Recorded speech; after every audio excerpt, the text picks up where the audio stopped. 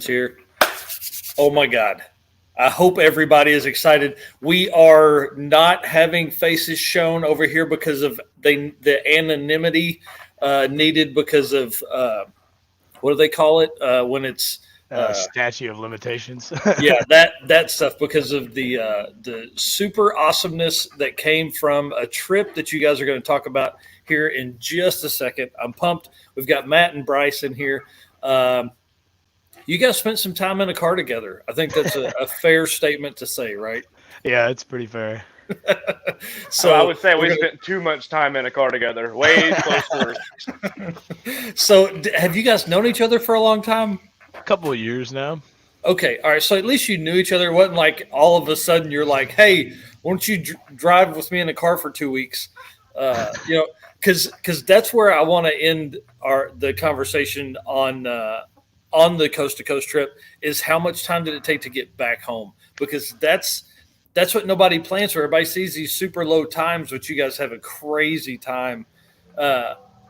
Everybody sees those times, but then I would think I'm going to sleep for 2 days, and then it's going to take me several days to get back home because I'm not driving at a 90-mile-an-hour average all the way back home.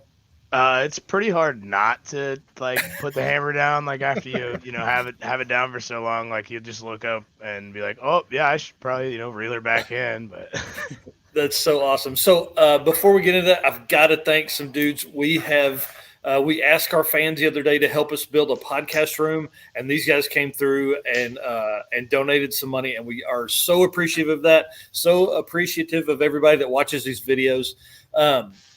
The guys' names, I'm going to run through them real fast. It is Ryan Wing, Tom Stark, Matt Monroe, Dino Cardella, Big Bad Daddy, the Cowboy Yankee, John Marat, Tyler Petram, and Donovan Green. Thank you guys so much.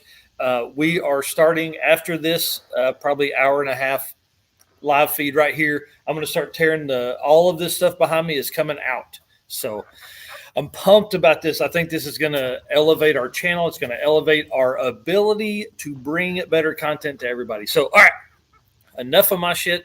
Let's get into some fun stuff. Obviously, we talked anonymity, statute of limitations on driving coast to coast. But what people don't understand that are not in that world, you have to start planning at least a few weeks beforehand. I guess so. I mean, it was it was a lot of rough estimates and poor math. Nice. So what really surprised me the most about it is all the time we could have shaved off preparation in the car, and we put in a really good time. But me and him were sitting at dinner like, man, we could have took off another 5 minutes if we had done this, or we could have done that. And that to me is really where the time factor is. You're not really racing 20 other people. You're racing the time against yourself. Yeah, there's a lot of fat still on there to trim off. So that's what I was going to say.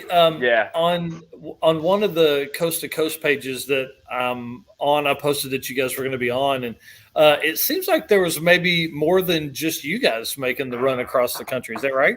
Yeah, so there was, I think, another 15 or so teams. I think the cars was close to 18 or something. I think it was the most in the field. That's awesome. Fred Ashmore says ifs and supposes of Cannonball. Yeah, I'd like to preface this whole conversation as hypothetical and alleged. So let's start with somebody has this crazy ass idea, and how do you get an invite, and then how do you pick the car? Walk us through. I'm gonna let you guys talk, and y'all fill us in. So there's another alleged run that's like a Smokey and the Bandit from Atlanta to Texarkana. So me and our third co-driver Austin ran that on the first time it was run, and they were like, you guys are cool. Like, we were driving the same shitty little Passat that we drove for the musket ball, and they were like, you guys should come out and do this. Like, you got the car for it, obviously you guys can do it. So that's how we got in. Basically, it was just being broke schmucks that are sometimes cool. Being in something already that is similar to this. Yeah, exactly. That's cool.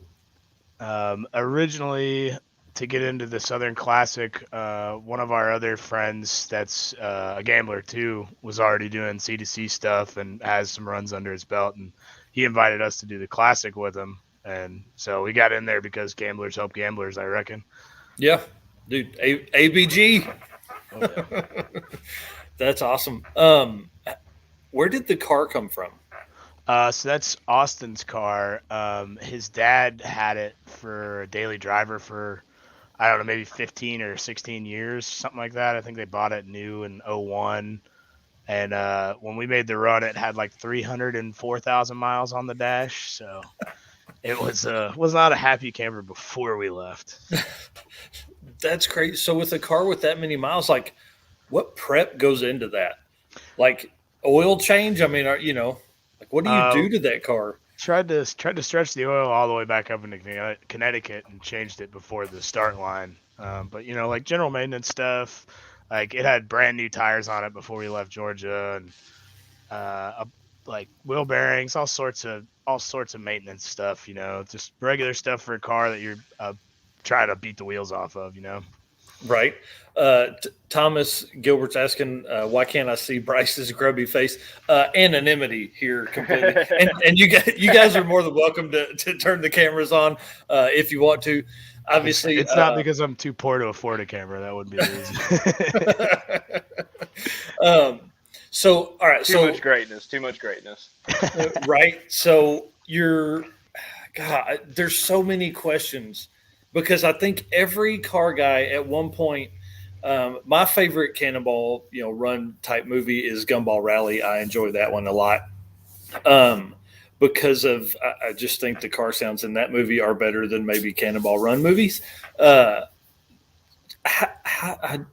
there's just so many questions. Like an oil change isn't just an oil change on that car. Like, do you throw an extra quart or gallon in the back? Like. Oh, I mean, God, do you? We went through a gallon of oil between the two fuel stops. So, okay, it was a half a gallon at the first fuel stop and a half a gallon at the second fuel stop. That's cool. So that is definitely some questions that we're going to get into. Miles per gallon. Like, how do you test that? Because before we started recording, Bryce was saying that like he had driven the car one time. Yeah, I drove it on the way up to Connecticut, and that was about it. That was my experience with the car. That's hilarious. I got it like one night before we left, and like other than the Classic, which when we ran the Classic, it was like a different car. Like he hadn't done any of like the maintenance for that. Like we just hopped in and went for it, and then he had like worked on a whole bunch. So I took it one night and tested out pretty much just their like auxiliary fuel setup, and that was it. And then. That's awesome. So let's talk auxiliary fuel setup then. Like we had done some math on a minivan we were going to take across country, and we were trying to figure out fuel flow rates. I mean, is it that intense? Were you guys doing calculations with Excel and stuff, or was it like, hey, this car should go 400 miles, we'll be fine? Yeah, so there was like a shit ton of guesswork on that. So our fuel pump was like a eBay special Chinese like $14.99 pump, and it said it moves anywhere from a quarter gallon or more a minute. So there's no exact rate, like, and we had it pump into the stock tank, so the leveling we had was only based off the stock fuel gauge, which like moves very slow, so you really never got a definite answer. Gotcha. So you'd run it to a quarter, fill it to 3/4, and hope that it's somewhere right. Yeah, and doing that, we ended up pumping maybe about 10 extra gallons down the road, like out of the side of the car. Oh, shit. So how did you guys I was about to say, that method never actually worked. Oh, shit. That's awesome. So how did you pump it in? Did you was there just a cell in the back and then a line that ran out of the pump into the filler neck? I think is the typical plan. Yeah, so the tank was an old gas tank out of a boat, like an aluminum gas tank. There you go. And it had a pump sitting on top of it and then a sump in the bottom of the tank. So it'd pull it, and then it came through like the latch that pops open to pop the gas tank. Okay. And we drilled a hole into a gas cap and it just went straight into the filler neck. So that works all the time. yeah, it was definitely a not of the best quality, but it worked. Yeah, how the hell do you take the fill cap off then? Are you like trying to not spin the line too much, or is it just a barb fitting, slide it off? Well, it was done in a hurry, so it was literally just a hole drilled and the hose stabbed through it, so you could spin the whole thing out and pop it out to fill the stock tank and then fill the ox tank through the trunk.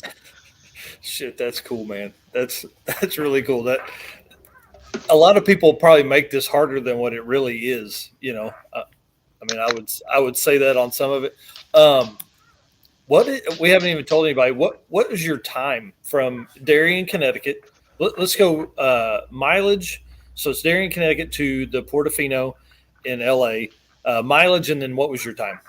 I think the overall mileage was 28.94, and we made it from the Good Wives Shopping Center to the Portofino in 33 hours, 16 minutes, and 43 seconds. That's insanity.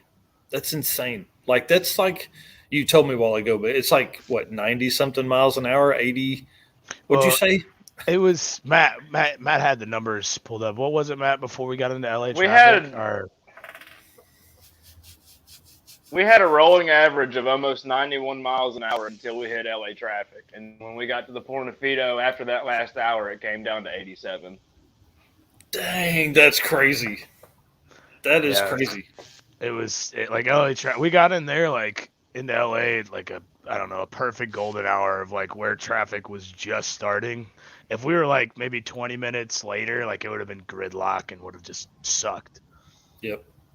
What did Fred say earlier? What'd you say? Ifs and shouldas or something? Ifs and supposes. Coulda, shoulda, wouldas. Yeah. That's so. Looking back now, is that the first time you guys have made that trip? Either of y'all? Yeah. That's the first C2C for me. It's the first C2C to me. I've gone from like Atlanta to LA a couple of times, but never from Darien, Connecticut. Yeah, that's a whole. I would think that would be a whole new stretch of road. I mean, like I've heard Ohio is crazy and Illinois is. I know is. They're jackasses if you have to go through Illinois. I don't know how you get. Did you take like the northern route? Did you take the southern route? It was a mix of the north. We did about 50-50. And then south, yeah. That's crazy. I'm just trying to think of all the questions. Like I'm trying to prepare everybody for this because I know that there's a ton that goes into this. What one question I have though is like, how did you prepare yourself for that kind of trip? Because Atlanta to Connecticut. I mean, did you guys bomb that? Oh yeah, we ran. We were breaking the car in for good. Hard. Like that was where we're like true testament. If it's gonna bust, it's gonna bust now. I mean, we dialed it back in Virginia, allegedly, because Virginia's scary. Okay, so you bomb up there. So I would just imagine your adrenaline is high. You're running. You're fast up there. You get there. How much downtime do you guys have between arrival and when you left? We got in, we checked into our hotel, and then we went to the hotel everybody was else at and immediately started stretching livers. That's awesome. Yeah, you gotta test that. You gotta get some of that content in your blood so you can make the trip. Billy Ray BG is asking what kind of countermeasures did you use, and I'd like to get into that, but I'd like to talk about how you worked with. My mom's over here saying she can't see her guests. We can't see them because legalities and stuff. Even though their pictures, even though their pictures are in the the photo on the front. I literally just don't own a camera. at the Portofino, so it's fine. It's fine. We're gonna have fun with it, and it's anonymity. We're doing it for anonymity. Where the hell? Oh, so you guys get there. You're drinking. You're having fun. Were there people there that you had not met before and like you're trying to get to know everybody, or is it kind of like a small group? People are like not really talking to folks. I met a few of them at the Classic. Me and Austin did, so we had some familiar faces. Matt never met any of them, so he was new to them. And I mean, it was, just like kind of like a family affair. Like everybody just like is there and we all know each other, but not know each other, So it's like, It's almost like gambling. Like when you're here, you're family, Right. Yippee Ki earlier said there were 27 I will say, cars. Go ahead. I'll say that we were definitely vetted in Connecticut.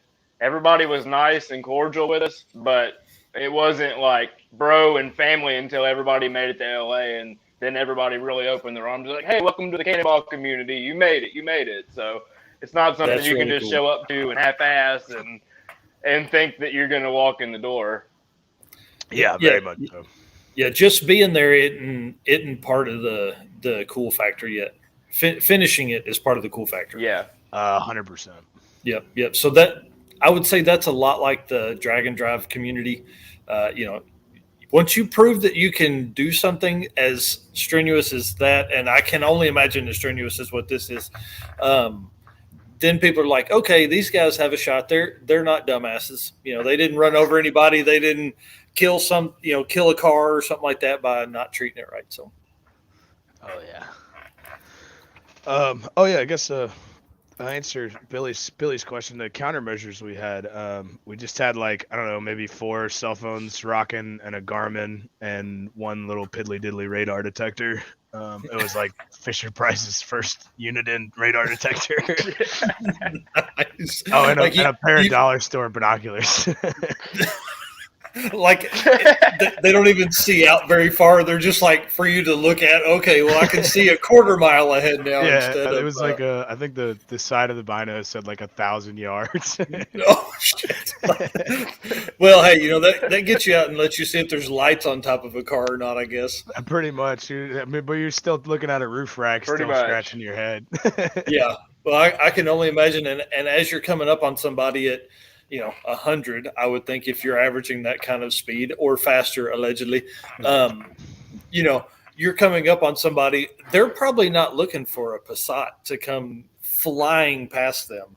But that was one of the things we focused on with the car is so we camouflaged the marker lights and the grill and the tail lights. So if you didn't know what a 90 some odd Passat looked like you had no idea what it was flying past you. I mean, it was like we really went for the incognito look on it, and it did prove to like work in the end. Yeah. What time did you guys leave Connecticut? 10 a.m. Oh, damn. Okay. So like your daytime, the first half. So from my understanding of time, you would drive all day and then and the sun's setting in the west. You're like, how long did you guys get murdered by the sun? I mean, hours, I would think. Yeah, it seemed like an eternity. That's awesome. Fred Ashmore says it's a Le Mans start. So I guess that's true. Like the movies. Yeah. Le Mans is everybody standing outside running to the car, right? Yeah. Not just the drivers, like literally everybody in the car. So it was like before Le Mans started, we were sitting there listening to Jane Fonda, like doing a workout, getting the ham stretches in and everything, and then took off, and it was just a battle out of the parking lot, Oh shit, that's crazy. So with 27 cars, I mean, you've got at least probably 70 people. I mean, 50 at least, because I mean, there's probably was there anyone that ran solo? Yeah, there's a couple solo guys. Wow, fuck that, I'm out. I have no desire to go that far. I could make it like 8 hours solo. Name? Oh, Jay. Jay was a legend. I can't remember his last name to save my life, but he was in a Prius and he was solo and didn't stop at all. God, no thanks. Like guy's an animal. Yeah. He's like, oh yeah, I'll stay up, no problem. Screw it. 30-something hours. Jay Roberts is Fred here saying. Yeah, Jay Roberts. Guy's a badass. After we got to LA, he left from Dog Beach and went all the way to Jacksonville solo nonstop again too. Golly, that's so cool. On the same tank of gas. Yeah, like in that Prius. Like he had like I have what's so he many calling, questions about for 70 that guy. gallons. Yeah, like we'll give you his contact info after this. Yeah. Like, we love him so much. That guy is a absolute legend in any of our Because boats. here's the deal, like what you guys took, Prius is a great example. Like those cars are under the radar cars. You know, everybody. You see these movies and they, sensationalize the whole deal. And oh man, there's all these cool cars. But like those cars are the ones that some dude is driving with his family in Ohio. There goes the Prius. I'm like, man, what the hell's that guy got on? I'm not calling the cops on that dude. I'm like, hey, that guy's going 104. Let him go. Yeah, I mean, Jay had the whole incognito vibe in the Prius because he was just rocking like a bowler cap. He's an older feller. Like he looks like he's just trying to meet his wife for dinner or something, Like, that's cool. He's late. Steve Brown says these guys were awesome and totally killed it. And then Anthony Leonard said Bryce could totally run the whole thing solo. I'm convinced he doesn't sleep. Allegedly, I never sleep. So you guys I would leave, say Bryce got maybe 15 minutes of sleep. Dude. Oh my God. So did anybody sleep on the way up? Like you drive from Atlanta to Connecticut, get drunk, talk to a bunch of people. Your adrenaline is just crazy because you're fixing to go on this trip. You lay down in bed, sleep for 42 minutes, and then you get up and drive for a day and a half. Yeah, pretty much. I think me and our other co-driver Austin got maybe 4 hours of sleep, and Matt got less because he went picked up pizza for us for the ride up or the ride out actually. Nice. Adam Bruton said that these guys did fantastic. It was great getting updates from them on the road. They make East Alabama proud. That is one question I have now. I had before I knew that there was a group of you guys doing this. Was how did you track your time? But if you're in the middle of a group, it's pretty easy. Start clock or whatever you did up there in Connecticut, and then obviously when you get there, you're taking pictures and stuff like that. Yeah, we all started at 10 a.m. like the Le Mans starts. So we all just took off at 10, so we all knew our own start times. Like there's no denying that. And then pretty much when you got to the Portofino, took a picture of the sign, and then your phone has a timestamp when you take a photo. Yep. So. That's pretty awesome. I guess Yippee Ki-Yay is Roberts. He says pops in the Prius here. Yeah, we love that guy so much. He's a legend. It was the best because we were in Connecticut before the dyno, and he just is sitting in the Prius smoking a cigarette and rolls the window down, and Cake is playing like he's going the distance. That's awesome. What? Oh, dude, that's a great question. What did you guys listen to? Was it like conversation? I mean, like, or you're like laser focused? So we refound our love for the Blues Brothers this trip. Yes, that's for sure. There was a couple songs that were playing on loop, like the whole Rubber Biscuit song we could do like perfectly by now from listening to it for multiple hours at a time. Everything of The End of the World as we know it by REM, so we can do that word for word now too. Yeah, I think people are used to 8 to 10, 14-hour trips, but when did the delirium set in? Was it like 16, 18 hours in, or was it more? Like, are you seeing Nevada and you're like, oh my God, are we going to get in there soon? So I ran the first 12 hours. It was really rough because the sun went down so early. Oh shit! Yeah, so you had a the sun ton of went down dark. So early, it was like 4:30, 5 o'clock, and the sun's going down. So it's like 7 or 8. You're like, damn, what time is it? Fucking midnight? And then it's not. It's not. I ran the first 1200, and afterwards, like we were getting into the night, and about clipped the deer at speed. Did some decent maneuvering, and it definitely was like a time where I was like, yeah, time to go to bed. Like someone take over, which didn't last very long at all. Oh shit! So let's talk about that. So you're 1,200 miles in. How many miles could you go on a tank? Like, how did you guys do the math on that? How big of a tank was it? And so you're planning. You said 2 stops, right? We were planning for 1 originally. So the stock tank was, I think, 22 gallons with like filling the filler neck up as much and then the ox tank was 24 gallons. So we had anywhere from 44 to 46 gallons. But it like didn't really seem that much because I think the sump on the tank wasn't low enough to where it would pick up like the last gallon or two. Yeah. But we had planned that we weren't gonna stop until I think past Joplin. So I think like our only fuel stop that was planned was gonna be like about 1,500, 1,600 miles, and then we had a reserve like 5 gallons in an auxiliary can other than the tank in the back that we were just gonna rip the pump off the tank and then throw it in there and pump that at speed too. Hell yeah, that's awesome. Bronson Justice here says that seems like every time my wife checked on Shrek, it showed 116. Must have been a bug in the app.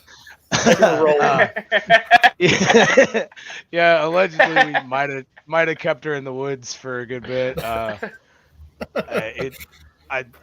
think maybe if I was dreaming and the GPS showed something, I think our top speed hit like 127 at one point with a tailwind downhill. I'm not sure. Dude, okay. Explain that to people. I had understand. the same dream. So, all right, for a car that does low 120s, 115, 123, but to keep that average up, holy crap, dude, you guys are on point the whole time. If I was running the first 12, I would have kept it at about 112, 114, but that's all subjective. We could feel the elevation. I tried to really keep it at.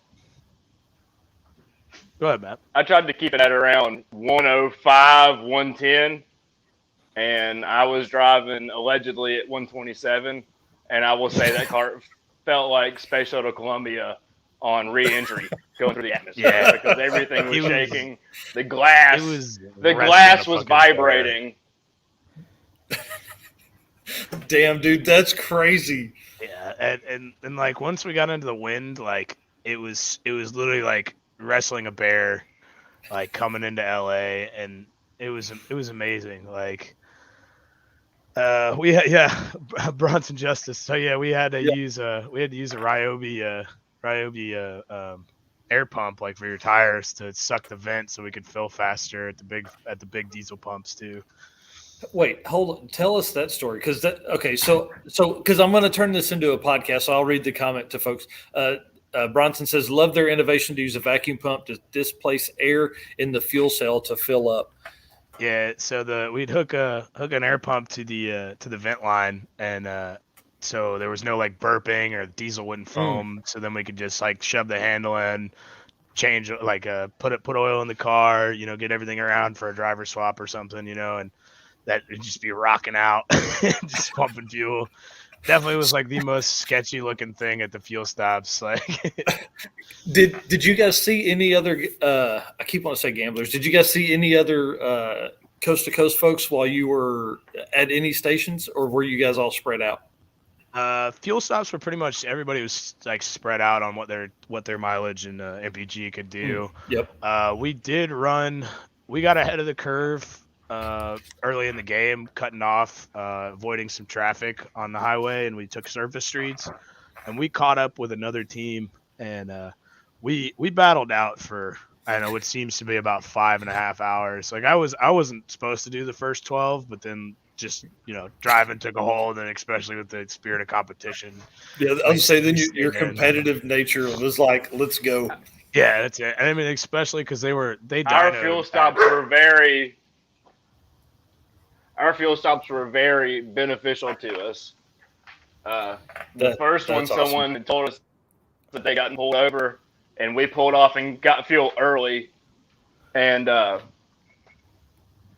after we got fuel, we got back on the highway, and we got over there, and another cannonballer was pulled over. And, they could have been us. And then the other one, we had pretty much smoked a cop at like 115 and pulled off and got gas real quick, and he took off down the interstate. So our fuel stops were both unplanned, but very strategic. Yeah, it was the old flying by the seat strategy. That's crazy. So you pull up, you rip the cap off, you're throwing diesel in here. And you pop the hatch.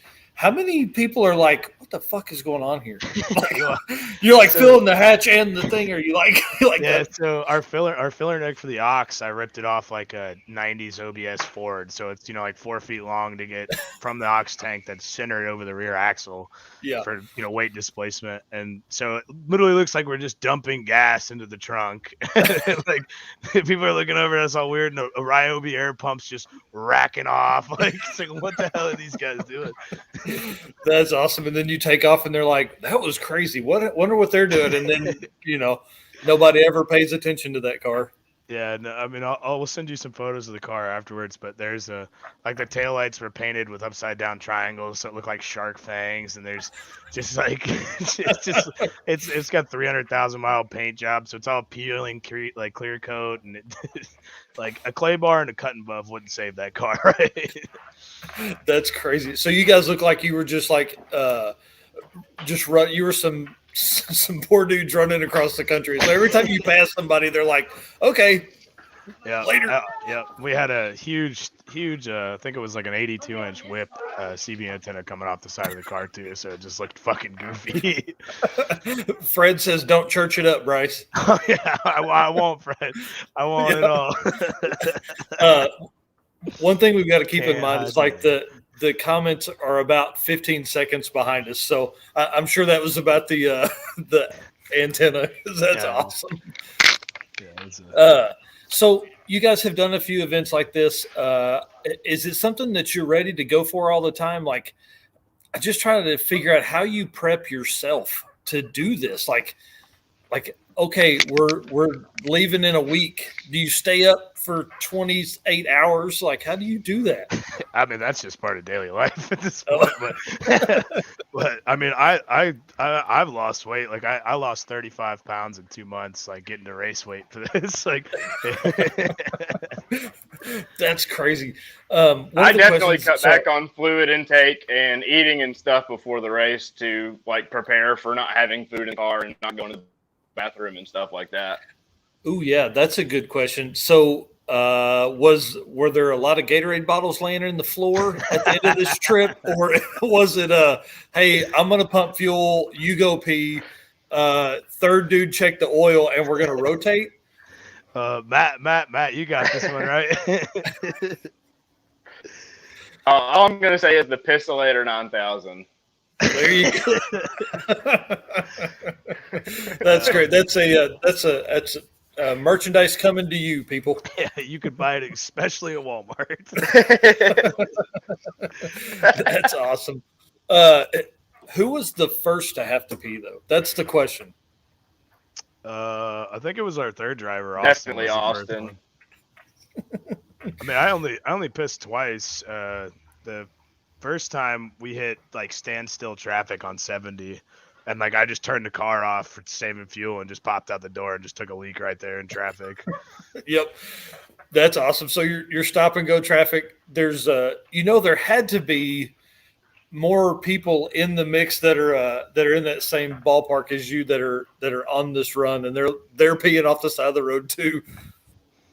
Oh yeah, well the people that we were like pretty much with for that time, they got a call from like I think their father or something, and I had just made a little bit of distance on us, and they got a call and said, hey, big traffic jam, and none of our maps showed it, so they split off on side streets and got some mileage on us while we were sitting in traffic. I don't know, for about like 30 minutes or something. God, how long was that 30 minutes? A lifetime, Michael. Yeah. Austin, he's in the chat here. He says small bottle is better than big bottle. Yeah, that's our co-driver Austin right there. Yeah. So he had asked us in Walmart when we were getting jugs to urinate in. Do you guys like the big bottles over the little bottles? And I was like, why the fuck wouldn't you? Yeah, we're gonna need more space. We don't want more bottles. We need more space. Anthony Leonard says nothing like driving 100 plus throwing piss jugs at street signs. We did hear of one of the other competitors definitely passed another person and popped the sunroof and made a golden shower happen on the highway. Oh my I don't remember who it was that did that, but it wasn't us. God.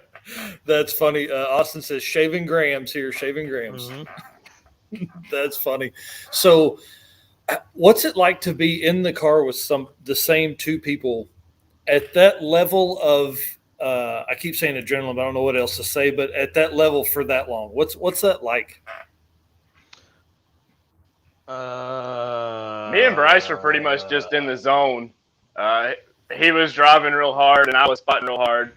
Austin was running really good interference in the back with the radars and all that stuff like that, and double checking for traffic jams and making sure we're clear when we get over. So everyone really just had a roll and got into it. That's how far ahead are you planning for, slowdowns in traffic or slowdowns on the interstate or wrecks or anything like that? Well, it's hard because like things could happen within 20 miles at speed, Mm-hmm. and things can clear up pretty fast too. I mean, you might have like a traffic report, and then once you get to it, it's gone. Oh yeah, Mark Spence. Yeah, that's who it was, Fred. Yep. Yeah, Well, Mark in the French car. when you're moving almost 2 miles a minute, it's real iffy. And if you have a cop or something 10 miles up, he probably won't be there by the time you get there. But if he's 2 or 3 miles up, he'll probably be there. Everything happens real fast, and you have to plan kind of far away because you're moving so fast. Right. That's and then I'm guessing if you're looking. So did you use Waze? Is there a special app for you crazy people that you use within your group that you're running with? We did have a shared app for the Spirited competition where we could see everybody, and then you can put police reports on there, but I take all of those with a grain of salt because it's competition. People are just pinging stuff to make you slow down. Yeah. I think we used Waze, and then what was that other one we used, Matt? I don't even know what that one was called. It worked pretty good. Highway we used radar, Waze to double check on that one. Yeah, Highway radar. Austin. Yeah, Highway radar. That's awesome. I'm glad Austin's in the chat. No sponsored plugs or anything. Wink, wink, wink. If you guys want to throw some bones, we'll take them. Yeah, if you want to send a check, they'll take it for sure. Definitely not powered by Mountain Dew unless you want to be. That's awesome. Yeah. Yeah, unless you want to send a check. Austin said being able to aggregate Waze, Google Maps, as well as aircraft scanning around. Yeah, it definitely was weird having such a mix of like technology in the car. I feel like my liver's rotting off from all the radiation from the phones doing stuff. But absolutely. I just envision this like panel of cell phones like in front of Austin in the back, and he's like just back there touching them. Yeah. He's like, the back seat was lit up like a Christmas tree. That's for sure. Yeah. So I guess you guys didn't have any issues with officers or anything like that? No, we didn't get stopped. We had some close calls, but no tickets on us. I think there was 1 or 2 tickets issued from other guys, but it was wasn't us, that's for sure. That's cool. Austin says that you guys didn't run any radar or laser jammers and just your standard, mid-range Uniden R3 radar detector. Yeah, that was it. Yeah, that's what we ran. That's cool. So one of the biggest questions I think a lot of the guys that, Vin Wiki has kind of made famous are, spotters. Like, did you guys have any spotters that you come across, any of that kind of stuff? We had one feller that like he spotted for like everybody. He was he's a friend. He was also another runner. I think it was Dave Black, I think is who it was. He was out of Albuquerque or somewhere out there in Arizona or New Mexico, and he got on the highway, and we ended up passing him. So we got him for 15 or 20 miles that he was in front of us. But oh, that's cool. The Uniden R3 is the same one Fred Ashmore says, same one we run. Yeah, you can't hide money. You can't Yeah. hide money, bro. That's right. Yeah, he's so fancy. So fancy. What was y'all's like favorite part of the trip? Like the getting to it, because we're going to talk about coming home, because you hit some cool stuff on the way home too. my favorite part of the trip was being the second car there, but the fastest under 100 horsepower was my favorite. Was rolling into Portofino and getting a champagne bottle handed to us. I mean, that's pretty wild. Like, to keep a sub 100 horsepower car above 100 miles per hour is pretty impressive, especially with 3 adult dudes in it and 400 pounds of fuel. Yeah, and then we had packed a little too much. We definitely could have shaved a lot of weight and supplies and gear and food and shit like that. Like, we could have saved probably another 120 pounds or something. Man, I would think that would be a bunch of weight savings at one, at that speed, and then 2, thinking of mile per gallon too. Yeah, we ended up actually getting really, really good MPG. I think it came out into like 33 to 36 range. Damn, dude, that's awesome. That's a bunch, especially at a speed that car was not necessarily designed to maintain. Oh yeah. And as Austin's was down there too. When the car, you got it, Matt. When the car had a fuel full of fuel, we got 27. But after we did one fuel transfer on that tank, it jumped up to 33 to 35-ish. Man, that's crazy. That helps a ton. So, some of the other guys, I would think, they're looking at what, 20s, low 20s, 25 maybe at that kind of speed. There was a couple other TDIs running, and I think they were getting around the same as us. But there was, I think the guy who had the lowest, I think they got the Friends of OPEC, quote unquote award, was somewhere in 6 or 7 mile a gallon range. Oh, what the hell, dude? That guy's like carrying a tanker with him. What the hell? Yeah. He's like, I'll be there. It's going to take me 2 days because I've got 100-gallon tank in this brick that he was driving. And then, so I guess that brings up another question. Sorry, I'm like coming up with questions as we go here. What's a fuel stop time? I mean, how long does it take to fill 60 gallons of fuel? Oh, first one was rough. We definitely didn't have it down. And then the hours and miles we had between, there was a lot of conversation to where we could have trimmed the fat on that. And the second one was a lot faster. But I think like the quickest one we had was like maybe 10 minutes tops. Wow. And that's pretty fast. There's a lot of room. It goes back to what I said earlier, where the first one, we were kind of waiting on a couple of people to shoot ahead of us so they would get hit by the cops. And on the second one, as soon as the cop blew past us on the interstate, we were like, okay, go. Like, let's get right behind them and go. So, there was fat to be shaved off of it, but at the same time, the fuel stops were 100% necessary. And if they went any other way, it could have been a completely different run. Yeah. Streetcar Chronicles. 100%. Streetcar Chronicles saying, this is a rad story. I've actually been working on a sweet event just in the state of Texas for the last 2 years. This fires me up to put the plan into motion.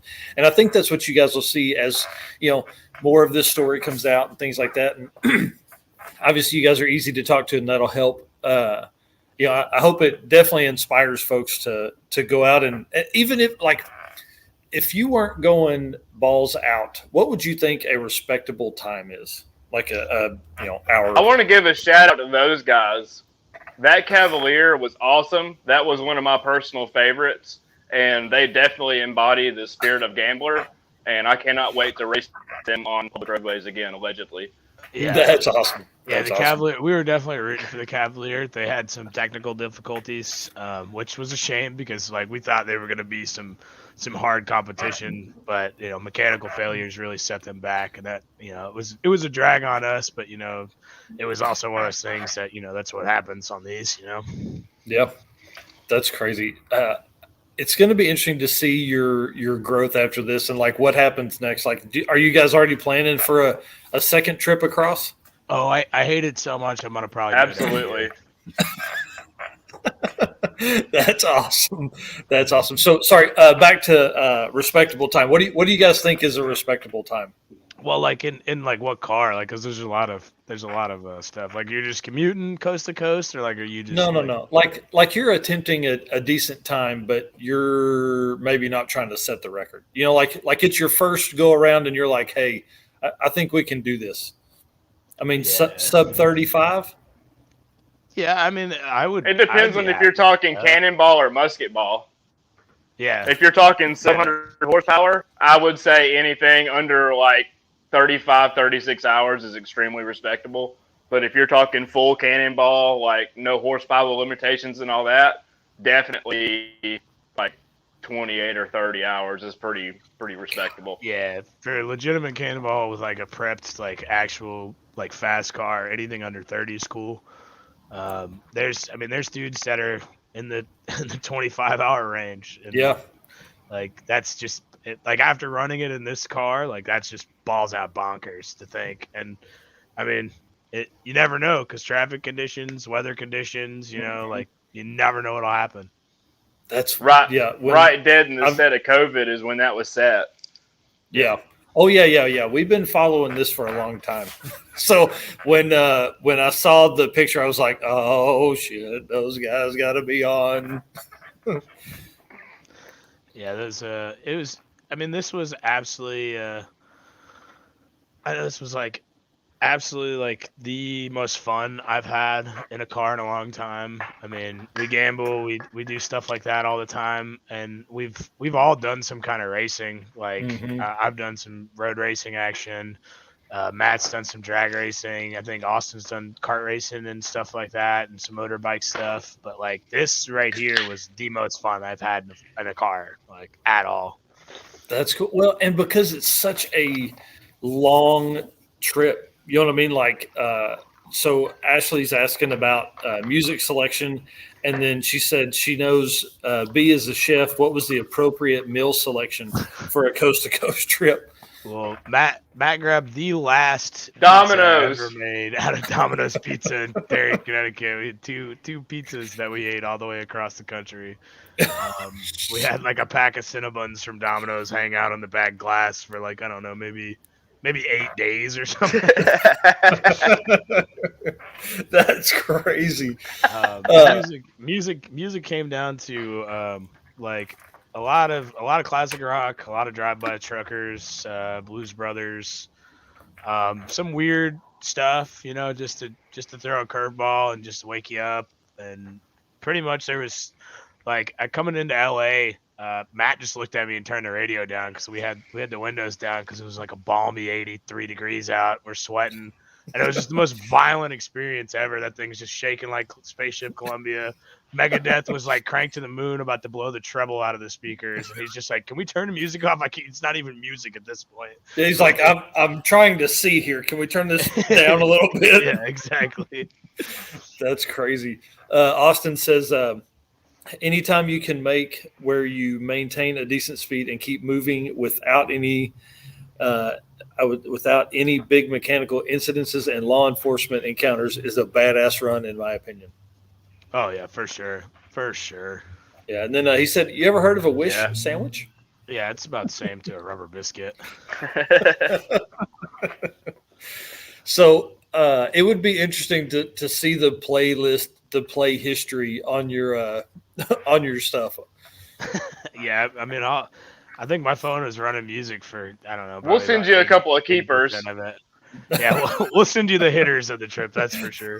The ones you would go back to so you could just sing along for 45 minutes of a song on repeat. Oh, it's like anytime someone yawned or something, like you just throw the one. I asked him if I could play one of them in the background on this interview, and he was like, "No, I don't know about copyrights." Oh yeah, copyrights will kill me. So I do know which ones you're talking about though. That whole soundtrack is great. Any states you guys won't revisit? You'll route around on your next trip across? On the way, well, I mean, Missouri was like purgatory. That's where a couple dudes got tickets in the night. It was just chock full of law enforcement. And I mean, I think coming into Missouri too is where I almost clipped that deer at speed too. So like Missouri all in all was just like purgatory in the middle of the night. Yeah, but is there any way I around will say Missouri? No, not really. Yeah, like damn. Drop down to after all Memphis, the I cops guess, maybe. and everything, if you can avoid Missouri, definitely do that on the next run. But there's just really one path that's least resistance on the whole run, and that's it. Yeah, like the the more further we went, the heavier the cops were. It was like the cops were talking, and like by the time we got to Arizona and to California, like the cops were everywhere. And it's hard to say on the run there, but on the run back, a little different story. Yeah. So the run back, I was like, where are all the fucking cops? Like, well, I would think by about the 8th car that passes a row of a convoy of semis, those guys are like, "Hey, what the fuck's going on here?" Well, that was one of the reasons I really wanted to CB was also to like hear them shaking it up, and then also like make a pass. Like, I mean, if like we finally figured it out, like the best like the best way we got truckers to move out of the left lane over the CB, like all of like please get out of the hammer lane, like none of that ever worked until like you'd get them side by side and be like, quit looking over here, just pass me already. What do you want to kiss? Like they would hit the hammer down as soon as you said that. Like that's awesome. They're like, "Oh man, what's the guy talking shit?" That's funny. Yeah. So Jesse asked how the TDI is running after your coast to coast run. Not good. That's what Austin said. He said, like, Yeah, it definitely was like hard starting, like 16 valve 2-stroke destroyed with $1.5 million on it. That's crazy. Yeah, and that would be I would think, the hard run to Connecticut, the hard run across, and then you fire it up in LA and you're headed home and you're like, okay, it's going to take a week. I mean, do y'all want to get into some of the trip home yet, or do you want to tell more stories from the road? Oh, it's completely up to you. It's your show. No, hell no, dude. It's up to you. You're the one telling the story. I'm in for the ride, man. I mean, Matt, we have anything else memorable from the run out there? I mean, we left Connecticut real hard. We ran through some snow for maybe 50 to 100 miles. We came in, almost hit the deer in Missouri, hit the desert and put it flat out on the wood, and came into LA traffic just like everybody else. I mean, it was a pretty typical run, but it was a good time, and I'm really fortunate to be welcomed into the Cannonball community. I'll say that to everybody that's watching.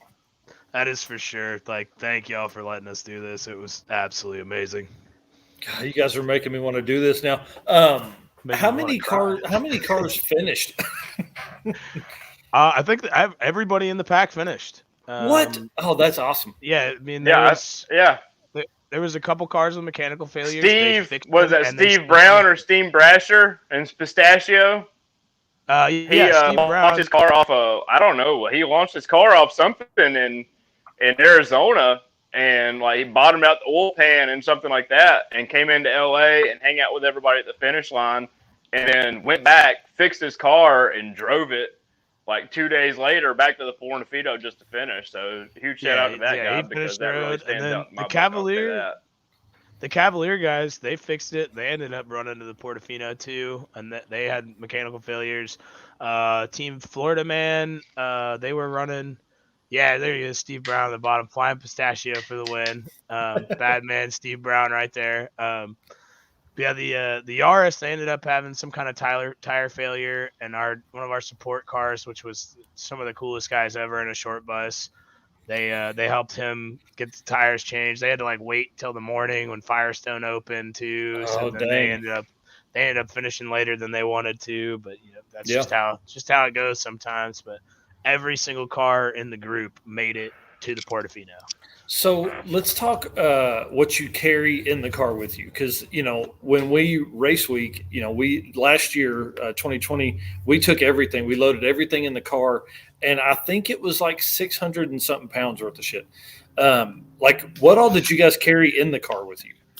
I mean, did you have a jack and tire and all that kind of stuff? we had a spare tire and a scissor jack, an impact. I brought my Atlas 47, if you're listening, Atlas 47 tool roll that had everything in there to fix the car when we needed to.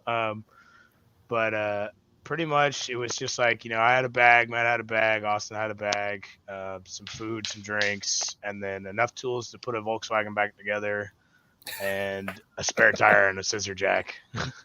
That's awesome. Wow. That's pretty cool. I rode almost 400 miles to Bryce's house on my motorcycle.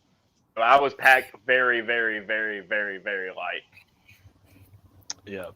A couple changes of clothes I would think would be all I'd want to carry on a motorcycle for 400 miles.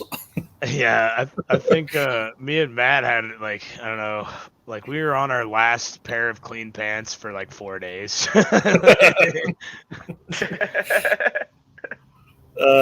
Here Austin said air mattress inflator and tire pump came in handy for sure. Oh yes, that was the old pump ventilator too. Nice. Yeah, he was saying that all Ryobi power tools. Yeah. Hint Ryobi. Somebody tag Ryobi. Yeah, Austin's big into the mean green machines. Yeah. There you go. All right. Well, let's talk. What happens in LA. You wheel in. Is obviously I've never been to the Portofino. Been to LA one time for about 14 hours. So you pull in. Is there a huge parking lot? Does everybody hang out, or is it you pull in, you go, oh cool, we did it. All right, dinner at 7, and then you guys lean over or head towards the hotel. They have the dinner party and award ceremony 2 days or a day after when everybody starts rolling in, just to make sure. Yeah. So when you get in, I mean, the guys who beat us that were cheaters, we're waiting there with champagne for us, and then we were waiting with cold beer for the next couple guys. The guys behind us were only 15 minutes, so we had enough time to take a parking lot piss and stretch our legs and drink a beer, and then they were there, and then people start rolling in. Pretty much you stay in the parking lot the whole time as everybody's coming in until that's cool. Till most of the pack, and then it's all right, I'm going to the bar. Well, and I would think that makes sense because you guys are all, you're leaving at the same time, and save for some mechanical issues or something like that, or getting stopped. You're probably not far behind as far as the main. If it's 27 people, the main 18 or 20 are going to be pretty close to each other. Anthony Leonard said Matt needs to do the iron butt. He ran 10 plus hours from Alabama to Florida through the rain on his bike. He's a madman. Yeah, Matt is a madman. Yeah, 10 hours on a bike's a long ass time. What's funny on that trip is I left my rain suit in somebody else's car, and I had to do the whole thing in my overalls and vest, and my boots filled up with water, and it was miserable. And I have the means to prevent this, but typical being typical, that's just kind of how it goes. Yep, that's funny. Austin said everyone who showed up were definitely ready for a drink. Great views of the ocean, hugs, and camaraderie. I would think that would be probably the coolest part for me because I enjoy talking to people. Obviously, that's why we do the podcast and getting stories. And I mean, you guys, you literally lived exactly what the person pulling in front or behind you lived. So, you're telling stories. Oh shit. Remember that? Did you almost hit the deer when you're coming into Missouri? And there's 5 people that always hit that stupid ass deer, It was a lot of well, how did you do this to get that much faster? And then, we share the secret recipe, and they're like, damn it, I told you we should have done that to their teammates. And then it's just we're drinking beer and we're we fucking did it, that's it. Yeah, well, we got in the car, we put the foot down on that right pedal, and then we made it. Austin says it's crazy to think about how every single team left the launch point at the same time and how we all made it to the same place on the opposite coast. Yeah, it was amazing to see the entire field show up at the Portofino. Even if it was in delayed reactions and different days, every single car that left Connecticut made it to California. That's pretty awesome. Because there's been stories, we've all watched all this stuff on VinWiki and things like that, and all the other stories that come from these, and I don't remember the guy, but he had an RV one year, and it was stuck in Tulsa for 18 months, and then he went and fixed it and like then finished his trip in the RV. I mean, just such cool stuff that comes along with this. And that's a big trip. You know, like we drive 1,000 miles in a week with race week. I can't imagine driving 1,000 miles in a night. Yeah, there was John Fukuro. Yeah, John's a legend. I mean, John's the one who helped. I mean, actually put on the musket ball, so he's the reason we're even here talking to you right now. That's cool. That guy's a fucking legend. And Absolutely. I love the shit out of him. Guy's amazing, dude. Yeah, seems like one of the coolest people you could probably meet. Digging up something that's a good thing and like recreating it and making it even better. And I really appreciate that from the bottom of my heart, John. If you're watching this, I love you, man. And I've been watching it forever. And thank you. That's such a cool, you know, for those guys to have done that for so long, and then now, you know, pick up that mantle and carry it forward for, you know, I would say not necessarily, he's not much older than I am, but a new generation of people, you know, to do this with. So that's pretty cool. Yeah, I mean, it was crazy to meet. Man, Matt, do you remember his name? It was he dropped the flag for us. My brain just doesn't work since I've gotten home. I'm still pissing in bottles over here. I think he's the last existing member from the original Cannonball in '71. Yeah, I think it's John Harrison. I'm sure someone will put in the comments here in just a second. Yeah. Fred just said John Harrison. Yeah. That was amazing. Being like John Harrison. Being some of the youngest competitors in the field at the musket ball and meeting a legend like that who was there in '79 to run the Cannonball, one of the original Cannonballs, and just looking at him and be like, you know, I'm so happy that we can not only see that, a living legend like that. Not only that, but he came up to us specifically and he said, "Hey, I love seeing young people in this, and you guys are rocking the music and doing everything, and I love seeing you guys here, and I wish you the best of luck." And that was like 5 or 10 minutes before the event even started, before he dropped the flag. And you know, that meant the world to me. Someone like that's done it and it's just like, man, you guys are really keeping the spirit alive, and you know, I love that. Yeah, and he's a dude that has like, I mean, he's been a big part of all of them, you know, like for a long time. You know, obviously I've just seen videos, you know, that dude's talked about, but I mean, he's definitely keeping the dream alive. That's pretty cool. Yeah, and it's amazing to see like that once you get it in your blood, like you stay with it. Like, I mean, I know when I'll be his age, like I'll still be trying to do this. Like I'll never. I'm like a bad tick. Like I'm gonna stay here forever. Right. What you're gonna do? You're gonna have 2 battery packs in the car instead of 1, and it's gonna be a simple plug-in and all that shit. Whenever we get all that figured out. Yeah, exactly. Because fuel will be too expensive. We'll always have gas cars, but it'll just be too expensive to run them that far. I'll be making and bootlegging my own diesel next year. That's right. You'll be pulling into McDonald's. Hey, man, y'all got any fry oil? Yeah, exactly. That's cool. And then Austin here says, thank you from the bottom of our heart, John Harrison. That's pretty cool. So go ahead. We went from like $3.29 a gallon for diesel in Georgia to $4.10 in Connecticut to almost $6 in California. Oh my God. Yeah. Brutal. So whatever you figure your fuel prices for where you live is completely off, because you can show up in a different town and be off by like, you know, $20 or whatever. Like really fast. Yeah, and at 60 gallons, that's a big deal.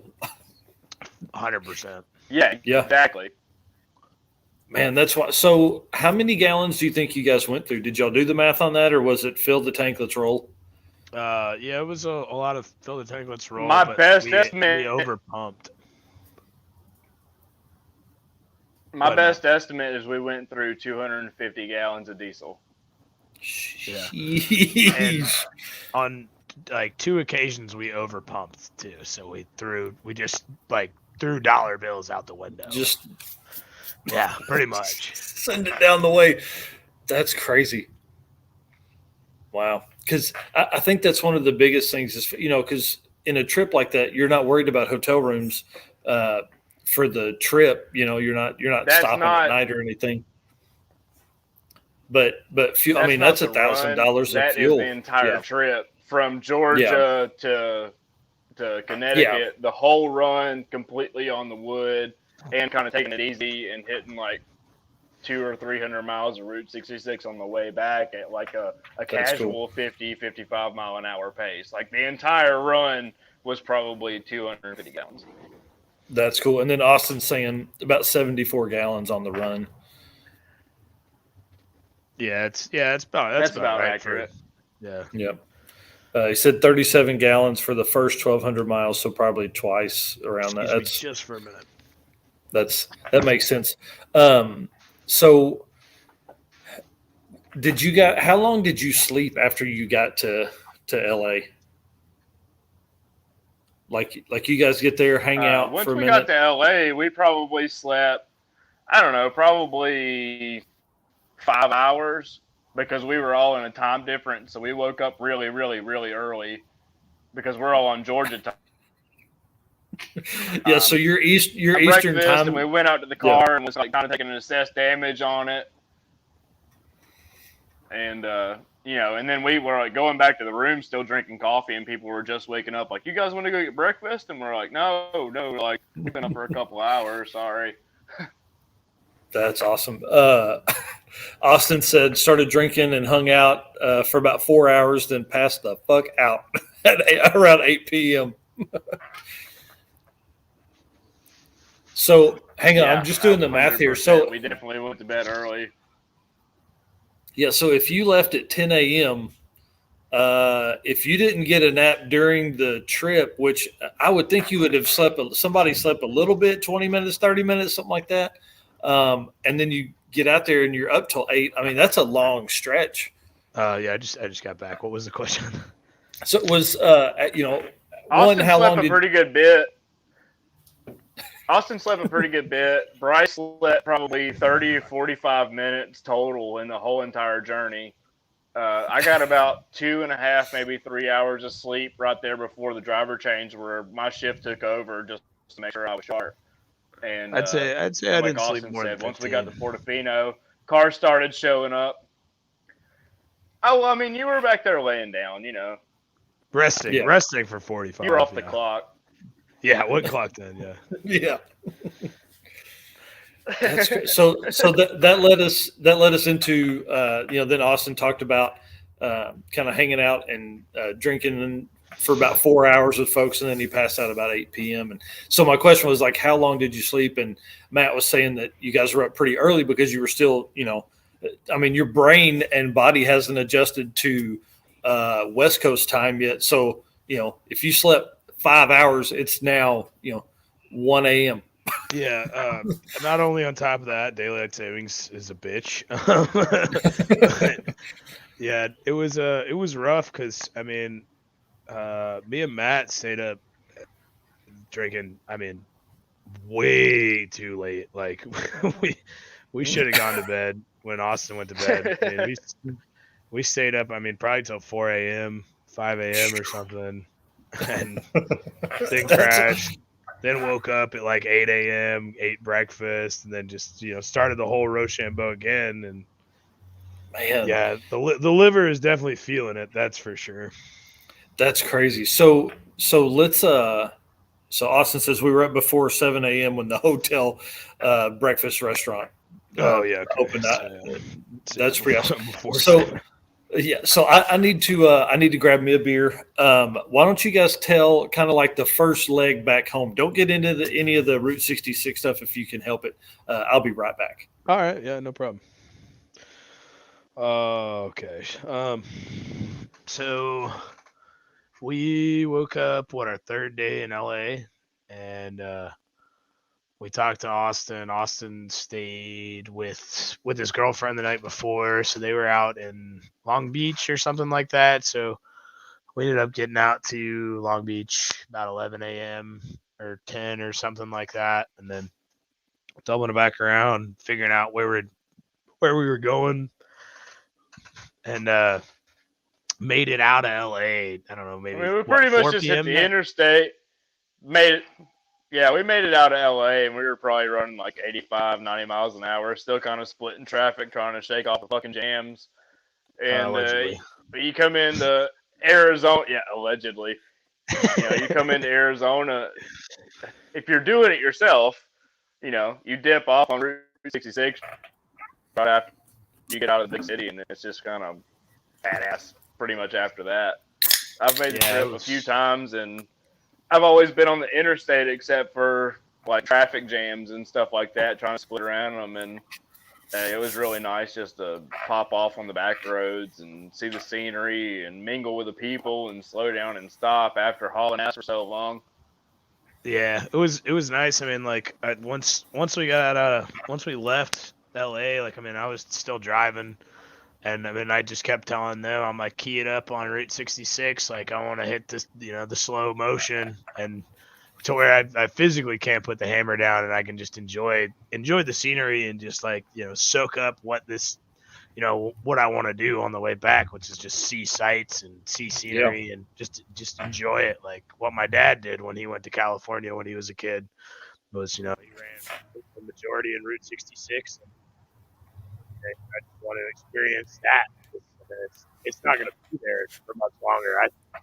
We were going through San Bernardino County, and one of the county workers was telling us that they were like crushing buildings, tearing a bunch of shit out, and that we should see it right now. I mean, if by the end of the year, it's not going to be there. God, that's crazy to think too.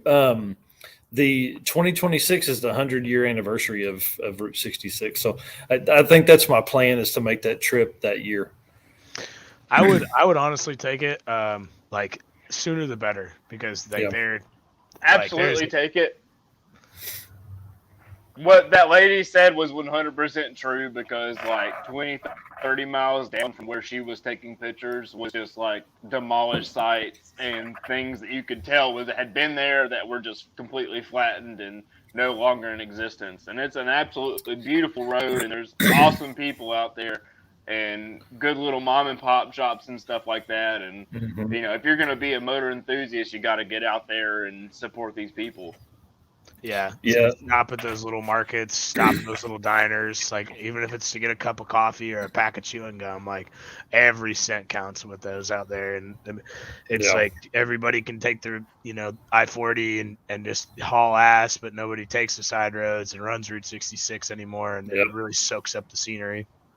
Well, and that's part of the race week stuff too, is like, everything we do is 2-lane, and we spent some time on 66 in Oklahoma and Kansas, or I guess Oklahoma, not really much of Kansas, but it's just cool stuff. Like, we're all used to seeing new projects, new buildings. Yeah. And that stuff, I mean, the signage alone in just the parts of 66 I've been on would be really cool. I can only imagine how cool it is the farther west you go, Oh man, it's cool because you get a mix of like neon signs that are still functioning and towns that are still thriving, and then you get like where towns didn't survive and it's a ghost town, and you just see like how fucking cool it would have been coming down here like 1968 with all the lights, all the bells, all the whistles, and it's one of those things. And if you have the opportunity to go run Route 66 all the way back out, like from California as far as you can, like do it, like, and do it as soon as you can, because it's a dying breed now. It's going away. Yeah, and that's a good point, because even like I think in the next 2 years you'll probably see a little bit of a resurgence for that because of the 100-year, but like it'll all be new stuff that looks old. Like it won't be old stuff that's lived 50 years, Yeah, we stopped in a desert market while we were still in California. It was in San Bernardino. It's when we met that county worker that told us they were just flattening stuff. And it was just like a convenience store, liquor store. And it was a cool old building, and it had been there since the 1800s. And that's wild. And he's just, sitting there just selling to the local populace and whoever pops off the exit. And, it's super cool to be in there, and you can see the floor is kind of wallered out and washed out from just people's feet. Just from people stepping on it and dragging sand. That's cool. Exactly. That's pretty. So, how long did it take you guys to get back home? We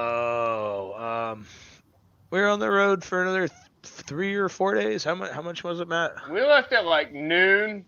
We left at noon on Friday, California time, and we got back at his house at 9:30, 10 o'clock Georgia time.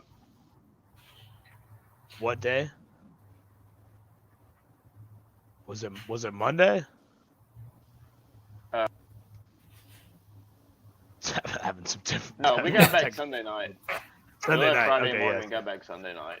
Yeah, like 10 That's pretty cool. I don't know what day it is right now. Yeah. that's kind of why I was feeling that one to you. I was like, Yeah. I don't know, my days have all been together.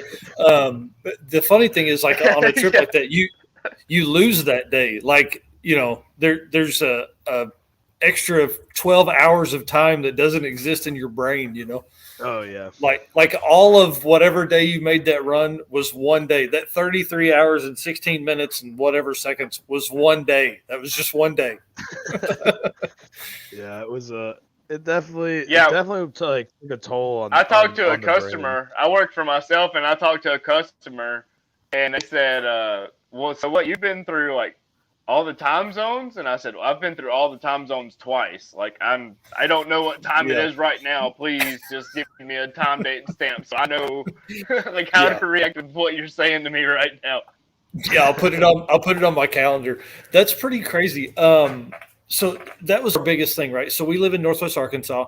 Our deal was like, when we were doing our initial planning, and again, we haven't done this yet, had done this trip. That's why it's so important, and I'm so appreciative of you guys coming on. We thought, okay, 2 days up there, take our time, really just cruise, get a feel for the car, make runs, stops, fuel, all that kind of stuff.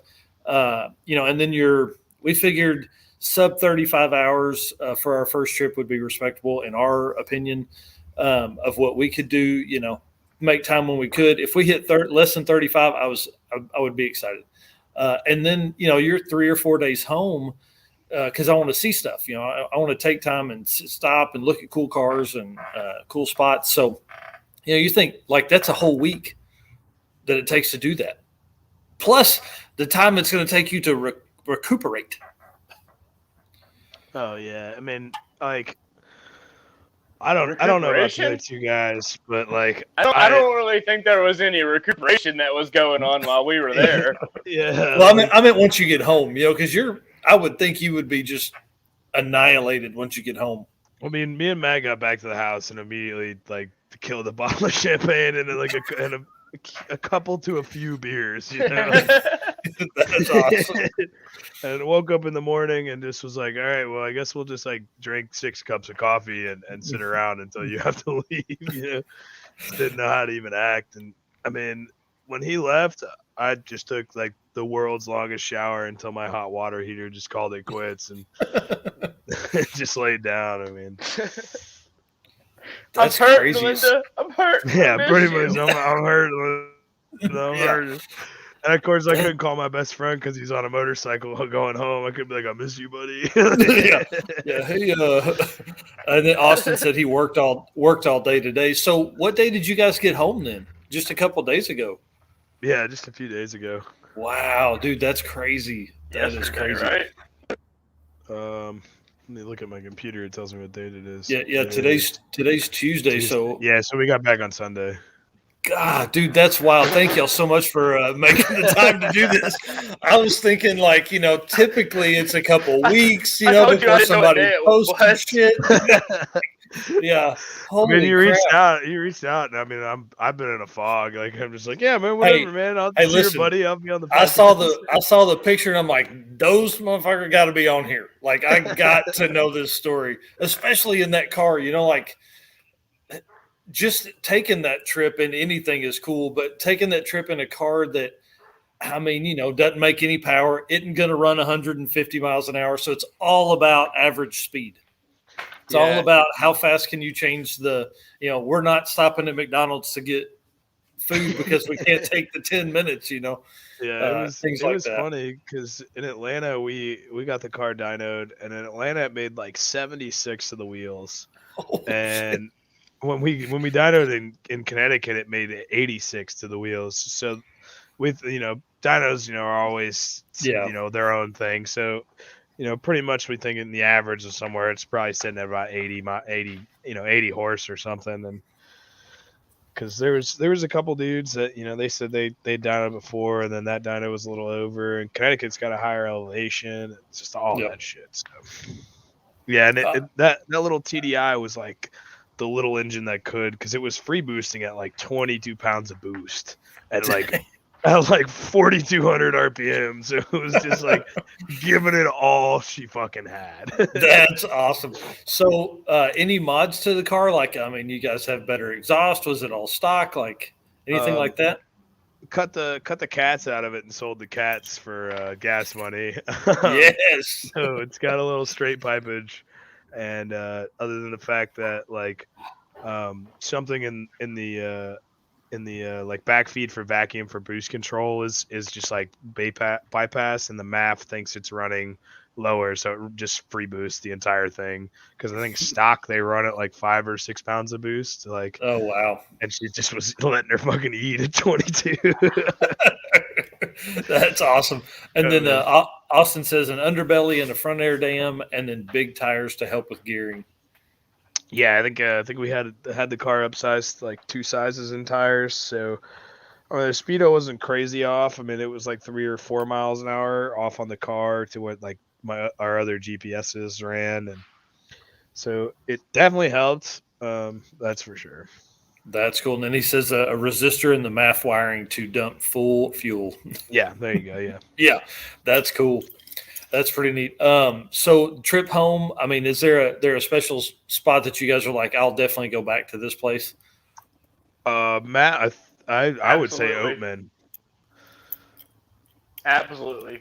Oatman, Arizona, the Sidewinder, which is not competitive to the Dragon if you're a motorcycle enthusiast as far as curves go, but right in the middle of it, there's a gearhead graveyard, and I will be changing my wheel. I will be buried there, and that is a very, very, very magical place for people, for anybody that is listening to this and is into motorsports and building things on your own and doing things in the gambler way. I will be back there, whether I'm alive or dead. Yeah, that's awesome. Oatman was amazing. Yeah, Austin says the same thing. Oatman, Arizona. That's pretty cool. I'll have to do some looking on it. I wonder how far it is from here. Sounds like a fun run in the cart. It's not bad from your place, because we made it from Holbrook, Arizona, which is only like 2.5, 3 hours from Oatman, to Van Buren in like 10 hours. So I mean, that's not bad at all. But that's allegedly. What's weird is it's only using like the speedometer. Yeah. It's only like maybe 30, 40 miles off of like I-40, and I feel like it gets just bypassed so much because people are just in such a hurry. And if you go through Oatman, Arizona, like everybody loves you, and they're just so glad that you're there. And that's cool.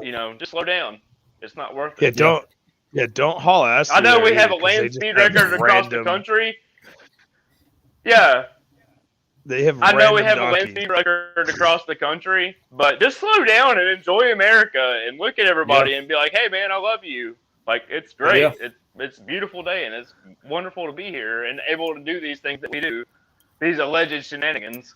Yeah. Well, and that's one of the big, like the drag and drive stuff I talk about, just because that's what, I feel like relates to a lot of this. Like you're literally going through parts of the country, we're typically in cooler cars than, Volkswagens, but, you're seeing stuff that a lot of these folks, that's their life. That's their livelihood. That's how they pay for all the stuff that they do, is by selling stuff in their convenience stores or gas at their, shop that was built in the 70s or 60s or 40s even, they're selling that stuff, and they love, a lot of the times I think that Route 66 folks, they are car people or car centric enough to know that we're what's going to bring that stuff. There's very few, I would say, folks that are not car people that are going to take the time to slow down and do Route 66. Well, even if you're not car people, like the views, the sights, like the small town interactions, like Oatman was cool. Like, I mean, they had like one of those fair shooting ranges with like the little BB guns and water guns. Oh, They that's have cool. a cool little old school bar, and like it's all retro stuff. And there's like historical facts. Like you can sit there and learn about the Old West and how the pioneers came about and like how they struggled to live there. And I mean, it's there's a cup of tea for everybody. Like you just got to find your cup of tea out there. Well, so let me rephrase So Anthony says, he says, in cooler cars and Volkswagens. That's a lie. The math. Go ahead. I did the math, and it only takes 8 hours extra to do Route 66 compared to I-40. So if you can literally spare one extra day in a hotel, take Route 66 and appreciate the back roads and just slow down a little bit. Yeah. Yeah, because it was awesome not having traffic either. Like, I mean, when we were out there, didn't see another car. Like, I mean, it was just us cruising, and that's it. Like, and you can really just soak up like the beauty that America has to offer. Right, and that's cool. And to answer these guys, I mean, we're talking about like drag cars, 7-8 second cars cruising. It's pretty fun. Fred says he lives off Route 66 and loves it. It's so cool. I wouldn't doubt it at all. Joplin is an hour from here, and then it runs through portions of Kansas and obviously through Oklahoma from there. And part of we host a charity drag and drive event in April, and we always try and hit a portion of 66 that comes through that part. So it's always fun. It's such a it is a slower time. It's a slower pace. So you guys did a couple 100 miles of 66. Like, how did you get home from there? Like, if you're in Atlanta, I mean, did you guys take 40? Is there a 30? Yeah, we smashed a bunch of 40, and then once you get to you run 40 all the way to Memphis, and then you kick off down like 78, and you run that till Birmingham, and then you cut over on 20. Gotcha. I mean, it was after we got off Route 66. I want to go ahead, Matt.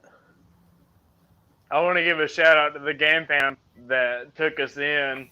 What is that, in Alma? Oh, yeah. So they put us in. They cooked us good meals and gave us good sleeps, and we didn't have to pay for a room that night. And that's just the Gambler family just stepping up. And I love you guys. I don't know if you're listening, but Jesse and Ashley Weddle, Narks knows them well. He knows how great of people they are. I mean, Herb, we love you too. You were there. Jim, the old mullet was there too. Some of the best people in the country happen to be at a house in Van Buren at the same time to welcome us with open arms, and we love them for it. Yeah, they're great folks. Jesse's been on the podcast before with Wes Evans and Reagan Gray. I always want to call him Casey, but that's his wife's name. Yeah, it's his wife. Reagan, yeah. I did that today, introduce him to – anyways. So my mistake on that. But they're coming back. I messaged Wes. We're going to have a revisit. It's been like 18 months ago. It's a great time. Those dudes are crazy. They're crazy, and I love it. Yeah, hey, that slow, shitty wagon is sitting at Wes's house right now. Like, if you go back to Wes's to do the podcast live again, you're more than welcome to take it for a rip. No, we're gonna do it from the wagon. Oh yeah, hey, I would do it in the wagon. Be there in spirit, though. Yeah, that's awesome. Yeah, we were over at Wes's a couple weeks ago. That's pretty cool, man. Him and I are talking about maybe putting together a Fiero, one of the Fieros he has for our Drag and Drive event in April. Do it.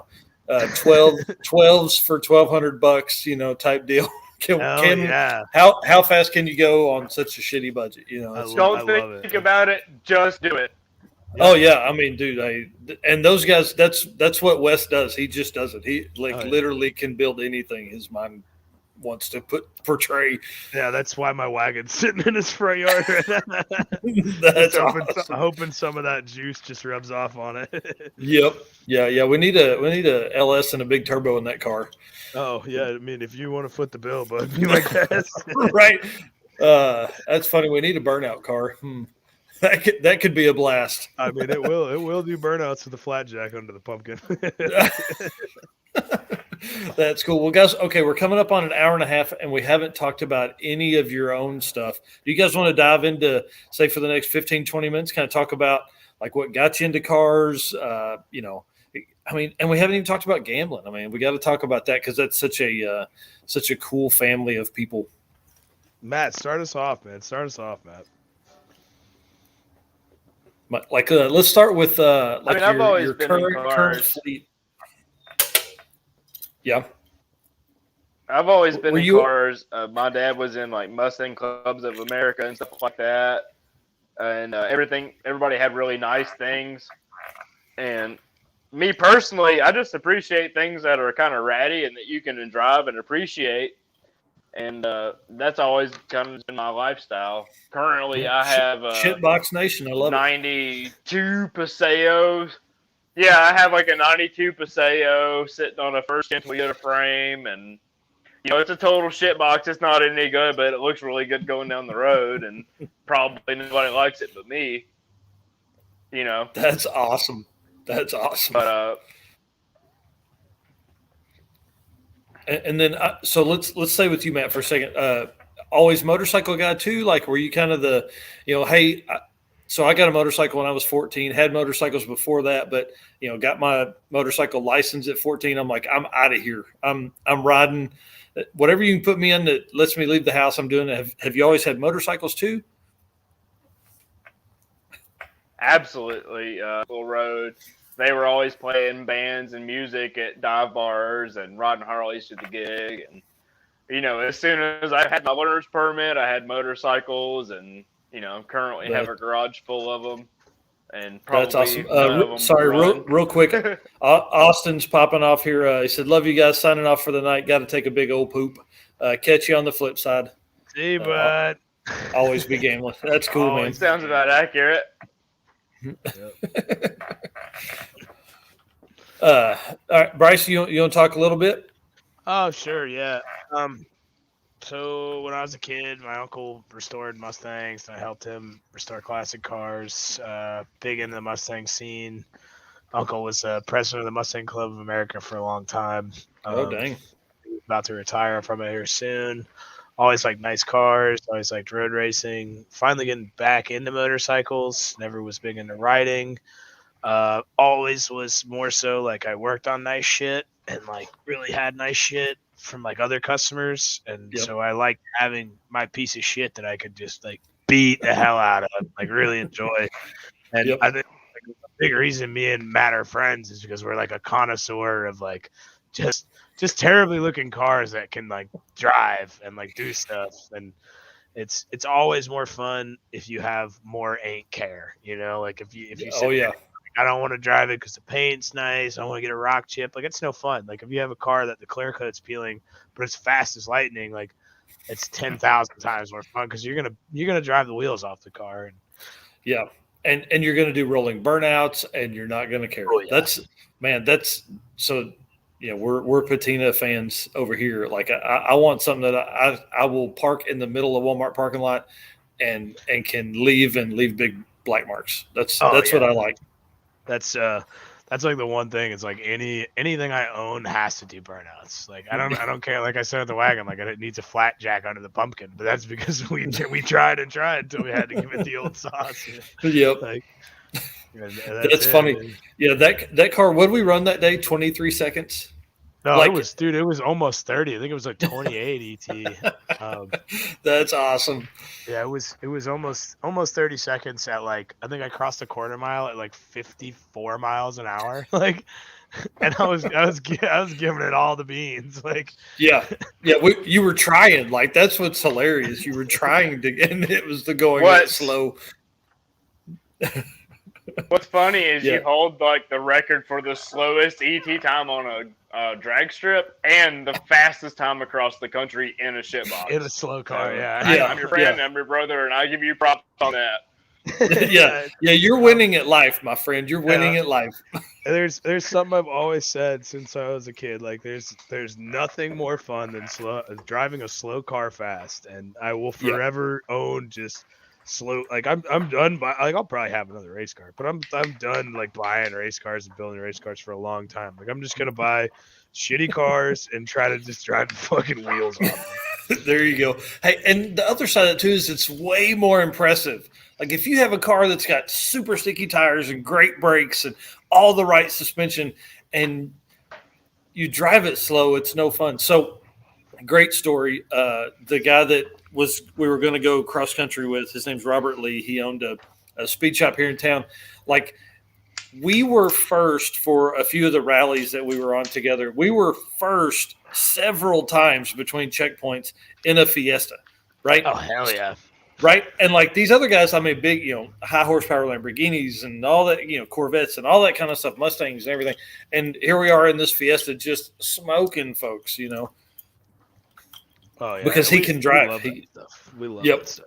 Yeah, I'm a big fan of it. So what's next? Like, you guys got some gambler stuff coming up. You got, you're planning. Need to pay up all the credit card bills I maxed out. Yeah. After that, I have no idea. Probably Disney World. We have Alabama coming up in February. Yeah. And at some point in time, we're going to hit Seattle and Savannah. Ooh.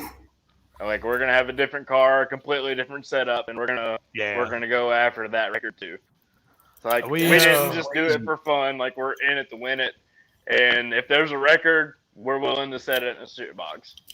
Yeah. And so you're not talking Seattle Gambler. You're talking Seattle to Savannah. Yeah. Canada. Yeah, that's cool. And we had some talks with a couple other guys when we were at the Portofino. We're thinking about trying to do a Panther run. So like any spec stock Crown Vic from any year. That's cool. And I think we could do some stuff with that. Like it's got, stock motor, stock trans, but like do whatever you want for safety and fuel, and I mean, we think that'd be fun because then, you can bust it down into like classes. Like you could have like 80s LTDs versus like 2004, like actual like Marauders, like any Panther body, Man, that's such a great car. Like that's what the Narcs cart's built from. I mean, they're great units. And mainly the reason we did it is because if I'm going to give a car away, like it's got to be able to be beat on. It's got to be full frame because we were going to cut the body panels off. And so like, it's just and they're cheap. I mean, that car had 90,000 miles on it and had never been smoked in or anything. Yeah. You can find them at auctions and shit for cheap as dirt. Yeah. We gave $900 for that car and it was from an individual. I've seen them at auctions. We watched a couple go for $600 or $700 that like had a door scraped on it, Yeah, I would make a daily for the next 10 years, That's exactly right. Yeah, that car will go 200,000 or 300,000 miles, I've got to put a trans in this one, but I think I'm just going to go ahead and LS swap it and throw some boost at it and turn it into a burnout car. So, yeah, I mean, that's what I would do. Burnouts for distance. I mean, yeah. It'll do big gnarly burnouts now, but it either needs it still won't catch me off the line. it either needs a big converter, like a 3,500 RPM converter, or it just needs 20 pounds of boost and an LS. So I mean, why don't you just buy your boost setup for the LS and just boost what you got and just blow it up and then throw an LS in it? Well, see, the problem is. So the trans is like $2,000 to build. I'm like, I can put an LS together for $2,000, an LS swap. I mean, it won't be great, but I mean, the LS swap in the old truck's probably $2,500 or $3,000. And it makes 500 wheel. Yeah, that old truck is cool as shit. I appreciate that. I love that thing. I'm putting new leaf springs under the back and building the traction bar setup, and I'm gonna put a tire on it, and we're gonna finally get an 11. Hell yeah. So 11 and a 300-foot rolling burnout is what like it's fixing to happen.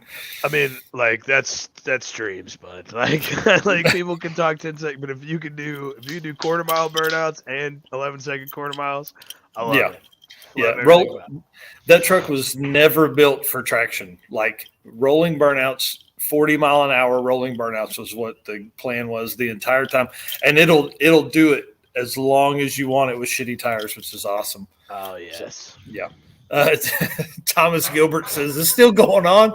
Yeah. We're still talking. We're gonna run this thing another 20 minutes. We're gonna go 2 hours if y'all want to keep talking. Might as well cap it off at 2. I mean, hell, I've been on for at this point 2.5 hours today with we did 2 quick 16s before this, which are a ton of fun. I love those, and we got to have the long format in here for dudes that drive 33 hours and talk to each other. Hey, that's a good question. It's How not much our silence? fault we're cool enough for a full feature. Right?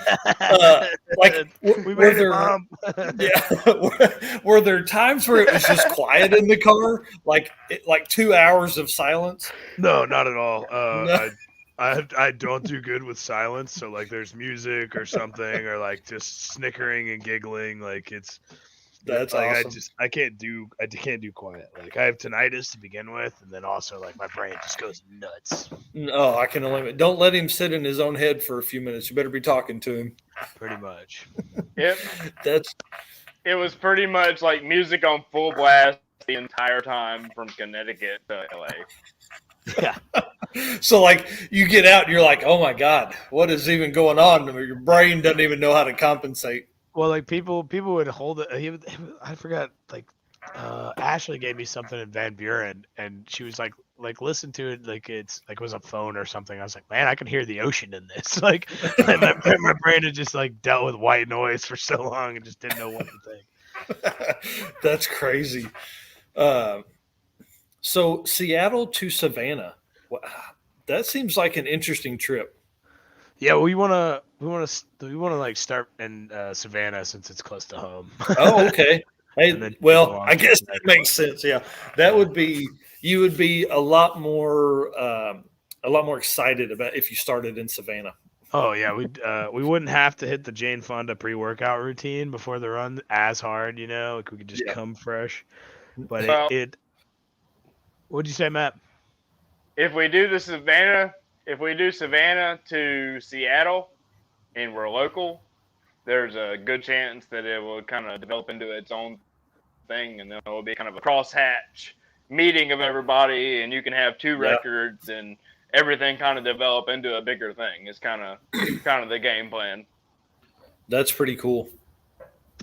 Yeah, it's definitely something that we were talking about on the run, and like as the day keeps ticking more, like me and him are going to be on the phone probably after this talking about details for it.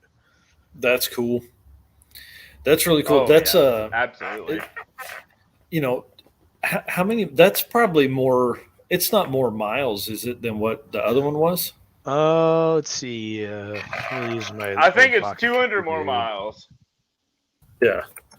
I think it's 200. I think it's 29 and then it's 32. So, roughly 250, 300 miles is the difference between Connecticut and LA and Savannah and LA, or Savannah and Seattle. I'll have to double check. Don't quote me on that, but No, actually, it's definitely within the same time frame.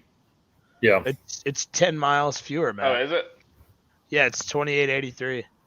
Yeah, but now that's center of Savannah did you choose? Is Darien, Connecticut on the coast or something? Like I didn't even look. I should have done that. It's a little bit what you call research for your guests, but I didn't do any of that. I believe Darien, that's the closest spot to the original start of the Cannonball. They started at a bar that was right there on the coast, and I believe it's like right there within like the same 5-mile distance of it. So they started right there, so everybody can meet up and go on with it. Technically, cool. if you count like canals, it's touching the coastline water. Wow, that's cool. CP the Tool Addict just dropped $5. Said cheers, thanks, dude. I appreciate that a bunch. Oh hell yeah, dude. Yeah. All money donated between now and January goes to our what's called Sick Week, which is in February in Tampa, Florida. Another drag and drive event. So we'll be. How close to South Georgia Motorsports Park are you guys? I'm probably about 3.5, 4 hours. Matt's probably about 5 or 6. Yeah, damn. We have so it's Tampa, Jacksonville, South Georgia. That's just a Sunday Motorsports drive, Park. Narks. Like that's Yeah. Well, so it starts on a Sunday, I think, February 6th. So yeah, Sunday, and then so we would be in South Georgia on like a Thursday, or at South Georgia on a Thursday. Gotcha. So I don't know. If it works out my schedule, I'd definitely stop by and see y'all. Yeah. At least see you off. Dude, I'm telling you, it's going to be nuts. Like there's 3 confirmed 5-second quarter mile cars going to be making the trip. Fucking Christ. Yeah. Hell Driving it, bro. 800 Hell miles worth of street miles. I mean, it's I just sent you over Messenger a picture of how close where we started from the coastline. all right, hang on. I'll get it pulled up here for folks that aren't listening on the podcast but are watching it live or watching later, I guess, if it will open Facebook.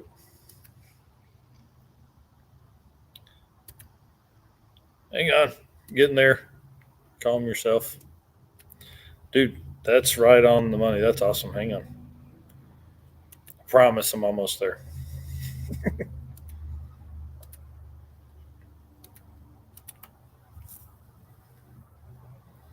Yeah, so I mean, yeah, you're within. Yeah, right. You're within blocks of the water. That's pretty cool. Can y'all see that? Yeah. I don't know how to zoom that in at all. That's pretty cool. And just to be in the history of all the folks that are there. I mean, you're talking, like all the guys that were commenting earlier. I mean, those are big dudes in that world, and in the car world. I mean, not just in that world, but in the car world too, And so now you guys are part of the fraternity of lunatics. Yeah, it was really cool when we ate at Badge of honor, my friend. Badge of honor. Yeah, for honor, sure. Yeah, it was cool when we ate dinner after awards, and we were sitting across from Ernie, which is like one of the fastest men in the country. Like when it comes to this, like that's held, fastest title or Arnie, sorry, held fastest title, and it was amazing. Like I mean, and you guys rocked it. Well, and for him to say that, that's pretty cool. I mean, that dude, like, they set a record and then like it broke and then they said it again. They're like, "Fuck off." Yeah. No. Yeah. Yeah. That's wild. What was Ed's time like? Was he like 28 hours or something like that? Oh, I can't remember. I don't remember what his time was, but I think he was in the 28. He wasn't too far behind us. He was only like 5th or 6th place. He came in pretty really strong, considering there were still people showing up like a day. Oh no, I meant when talking about like actual. He came in really strong because he was. Yeah, sorry. I was talking about when he made the trip, but that's cool. Like I didn't know he made the trip with you guys. That's pretty neat too. He seems like a really good dude too. Yeah, no, Ed's cool. Ed's cool as hell. Yeah. I mean, that's the second time I've met with him. Bronson Justice said 28.50 for Ed's. Yeah, Ed's record run. Yeah, Ed was great. We love the shit out of Ed, and we love busting Ed's balls too. Like that was some of our favorite thing. Like anytime he would say anything like, "Oh yeah, our rental had cruise control," we're like, "Man, you can't hide money, Ed Bullion." That's awesome. Yep. And it was great. It was great to just talk with that guy and humble with him. And I mean, he is awesome, dude. Like straight up awesome fucking guy. Yep. Like love the shit out of Ed. Well, and what's really cool about like this event and like the Drag and Drive stuff, it's like you're around these dudes that are like famous, they're pretty famous, pretty well known guys, but they're just car guys too. And once they're away from folks, like they're really just car guys. It's not like they're trying to put on any kind of facade or anything. They're just there to hang out and have fun. They're there to do what they want to do. That's the thing. Like it's all just, regular guys from all different walks of life. Like, Yep. I mean, it's cool to see, like, after it, like, we're sitting down at the award ceremony or like at a bar, and it's just like, there's nothing, like that's crazy. Like, oh my God, it's this guy. Like, he's just sitting there having a beer with you, talking to you like a person, Yeah, you're just hanging out in the bar having a beer with another dude that enjoys the kind of stuff that you enjoy. So exactly, and I think a lot of people think that these guys are like they're not just regular people, like, because they are, like, they're just regular guys that are just fast as fuck. Right? Yeah, they have less care than I do. That's pretty wild. Pretty much, like, it's amazing. Yeah, the Arnie and Doug trip. I mean, I can't imagine 25 something hours, right? Like that's insanity. I mean, oh yeah, it's nuts. To have, I think their average was like 130 or 113 or 103, something like that. It was fast. I cannot imagine averaging that speed across the country for that amount of time. Just like what you guys did, like being above 100, I think would be fine. Like, explain me this. We got 10 minutes left. Normal people, like, and probably as yourselves, like you drive 75, 80, 85 miles an hour most of the time on the highway, once you're passing, like, by about your 40th person that you've smoked by at 113 allegedly, and they're going 78, like, does your brain start going, okay, we're going really fast, like somebody's going to call the cops? I mean, I would just Matt can answer that one for me. Like, we pretty much tried to stay like in the wood as hard as the car would go, as far as like passing people in between lanes, and we reserved like passing in the marbles or hitting the bonus lane, like the shoulder, for truckers that were just like mad that we were there. I've been across the country a bunch of times, and I've never had more problems with truckers just like stacking up and blocking the road than I've ever had on this trip. So yeah, it was insane. You reserve that for the last resort, and try to keep everybody safe while you're maintaining speed. For the most part, as long as you're just coming on and people are paying attention and you flash your lights at them like, hey, I'm coming up, like, for the most part, people will just get over, and you can just hammer down in the hammer lane and make really good time. And that's every crazy. now and then you'll get a trucker come up and he'll come over to the CB like, we're gonna stack these guys up for 20 miles, and you're like, oh, I'm gonna show you guys, and you pass them real quick, and You don't pass anybody real quick with 87 horsepower, though. Like, that's the that's the God, you can try. Well, I was gonna say, like, that's the other thing too. Guys with 400 and 500 and 600 horsepower, they jump on the left lane, the left bonus lane, and just they're moving fast enough that those guys can't make a move. But like, you guys got to kind of get a run at it. I would think, like, you're coming up and you're like, fuck this dude. Yeah, like brakes. I will say. Like, another couple minutes, because we'd have to take that time from braking. I will say that every move was calculated. Yeah, every move was calculated. There was a bunch of moves that we could have made that we didn't, because we knew we didn't have the power or the mechanical ability to make the move, and we just took the hit on the time and we slowed down, and we were like, okay, blah blah blah blah blah blah blah blah, and then we like make the pass in a legal manner, but. Yeah, there was multiple times where I was driving. There wasn't too many laws that were actually broken, other than speed or anything like that. Right, you're like easing over the rumble strips. You're like, dude, is there anything coming? No. Let's go. Yeah, it was one of those things to where, like, I mean, there was multiple times when I was driving where I was like, oh shit, I should have done this or should have done that. I was like, but I didn't feel comfortable, and I didn't think, maybe the car couldn't handle it, so I just didn't. Like, it was like, when the driver's meeting before you leave, like you get reminded, like, hey, you're not a fucking Formula One driver. Like, you're just driving fast. Like, don't drive out of your limits. Yeah, like, you keep that in the back of your mind the whole time, because you're like, in all, the end of it, like, it's not worth anybody's lives on the road. Like, yeah, I mean, you're talking a difference. If you can get around somebody quick enough, you're talking a difference of what, 8 minutes, Yeah, really, exactly. I mean, if it really hangs you up that bad, you might lose like 2 minutes or something, and it's none of that is worth your lives or anybody else's on the road. So I mean, you just got to think like, you drive with what you can do, and as long as you don't drive out of your own talent, then you're fine. Yeah. Well, y'all, I really appreciate y'all doing this. I know you guys are wore out, and listen, if you come back to Fort Smith or Alma, holler at me. I'll make the trip down. I want to hang out with you guys. Either one of y'all, if y'all come back solo, I want to hang out. I want to say hey. I want to drink some beers with you. For sure. So, all right. Thanks for having us, Narks. This was a great time. You kidding me? This is so cool. Now I have another freaking thing to add to my car trips of fucking Savannah to Seattle. Yeah, once we get anything or everything, figured out with that, we'll definitely let you know.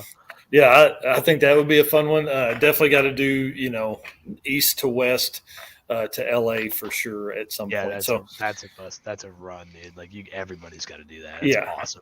Yeah, I mean, I wonder how many people that has inspired to make that trip. From the 19, from the 79 trip to now. Like, how many people have made that trip? That was the thing with this run. This musket ball was the 50th anniversary, so it was since 1971 was the first one. I mean, that's crazy. So no, 71. Yeah. That's what I meant. Yeah. So I will add. Yeah. I will add that we have the fastest time for the car under 100 horsepower, but we are also faster than the Lamborghini that Brock Yates did it in. Yep. We are slightly slower than the Cannonball Dodge van, but we beat so many other almost supercar standards with just 86 horsepower allegedly. Yeah. And there's so much meat on the table. Like it's really just anybody's field. That's why, and people look at this as like it's like this mythical creature, but I mean, it's a lot of it's math, and a lot of it's how comfortable do you feel driving with your foot on the floor? Yeah, for long periods of time. Pretty much, like we had a running joke in the car that like we were gonna stop and get like a brick before everybody showed up. So like once they come out, we could throw the leg out and just throw a brick out the window and be like, we just had the brick on the pedal the whole time. Like, That's awesome. That's awesome. All right, guys, I'm gonna shut it down unless y'all wanna tell anybody something before we go. Come gambling. It's a great time. Come clean up trash and pick up public land. I love you, Mom. Yeah. We did it, Mom. Fastest shitbox of the nation. That's awesome. All right, y'all stay with me. I'm ending it. Thank you, everybody, for watching 2 hours of this. I appreciate it. For everybody that's listening on the podcast, thank you so much. I should have said this earlier, but Narksmith kicks off on Friday, and it's going to blow your freaking mind. We're going to daily content of dumb shit that we've been doing, that I've been recording that I haven't been posting. So, all right, have fun. Y'all stay with me. See you.